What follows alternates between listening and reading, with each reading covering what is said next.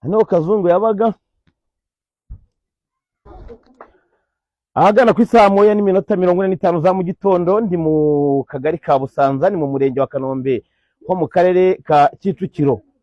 Aha turi niho kwa Kazungu Denis wamaze gutabwa muri yombi n'urwego rw'ubugenzacyaha RIB. Aha duhagaze hari icyuka cyinshi cyane kinuka. Haranuka cyane. Haranuka cyane. Iki ni icyongo rero acukuye akajya bajugunyamo. Bamwe bahacukura mugeze muhagerera? Oya, nta muturage bemera guhagera. Namwe rugambira mugeze muri iki gitondo? Nuko twareberaga kure inyuma. Ibintu byo byatunukiraga. Byajyaga binuka mukabyumva? Byarazamutse biratunukira twajyana imbeba zapfuye. Arabanje kingana cyanuka hari icyo cyuka byanutse kuwa kabiri. Tuvanga. So ahangaha rero niho kuri iyi nzu ivuga ko ari kwa pasiteri hakodeshwaga n'uyu mugabo Kazungu, bikekwa ko ngo yishe abaturage, abakobwa bamusuraga bakatakariza ubuzima.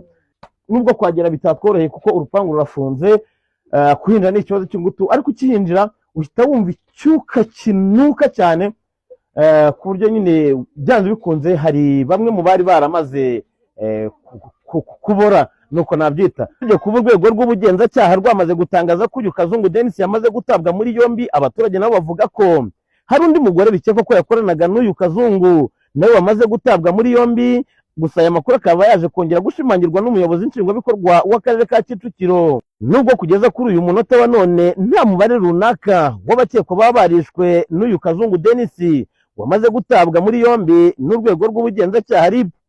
Ku ruhande rw'abaturage basaba ko uyu Kazungu Denis aramutse hamwe n'ibi byaha ngo nawe yakagomba gukanirwa urumukwiye, ndetse ntibatinya no kuvuga ko yakagombye gukurwa muri rubanda. Ubugome nk'ubu ndengakamere bugaragaye igihe abaturage basaba ko mu gihe abashyitsi babasuye cyangwa se abimukiye mu gace runaka bagomba gukorerwa ibarura, banava aho bari bacumbitse cyangwa se bari batuye, bakongera bagakurwa mu gitabo cy'aho bari batuye, mu rwego rwo kugira ngo babashe kumenya amakuru y'imibereho y'abaturage umunsi ku wundi. Biteye isoni n'agahinda aho umuturage ashobora kwica abantu bangana gutya, amakuru nabwo kumenyekana bikaba ikibazo cy'ingutu. Ariyo mpamvu basaba ko byibura buri muturage yakagombye kuzajya atanga amakuru umunsi ku wundi, mu rwego rwo guhashya ubugome nk'ubu.